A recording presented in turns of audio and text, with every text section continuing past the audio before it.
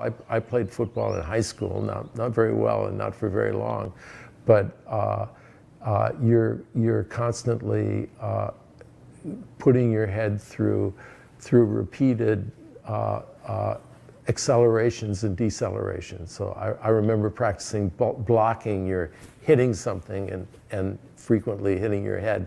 And apparently the helmet isn't really, helmets prevent acute injuries to a large extent, but they don't prevent the kind of acceleration and deceleration associated with traumatic brain injury. There's been a realization that sports that involve a lot of contact and that cause concussions or brain trauma, even that don't cause concussions, repeated brain trauma can lead to neurodegenerative processes and that are now termed CTE or chronic traumatic encephalopathy. And this is a chronic disease that in many ways resembles Alzheimer's, but is in certain ways different. Involves tau dysfunction and is a huge problem for sports that involve a lot of head trauma. And those the most prominent one is football.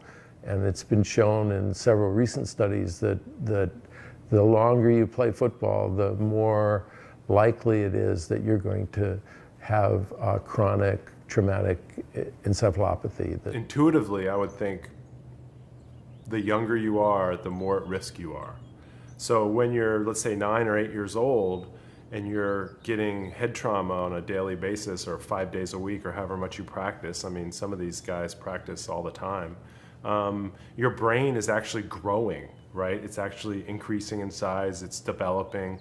So I would absolutely think that you're at your highest risk at that young age. So if you're playing contact sports, and no matter what age you are, you not only need to be taking EHT, me sports, but you also need to be very aware of what you're eating in general. So your diet is hugely important. So you really want to focus on a diet that's not gonna cause you to have really elevated blood sugar levels, right? So even though you might be an athlete and you're really in great shape, if you're eating Skittles all day, which I see a lot of these guys do because they're younger and their metabolism is so high, it's not going to cause them to get heavy or anything like that, but it's causing you to have very high blood sugar, which is really bad for your brain health. And it's bad for your body in general. And something like EHT, me sports, is so benign that it's really a crime to not take it.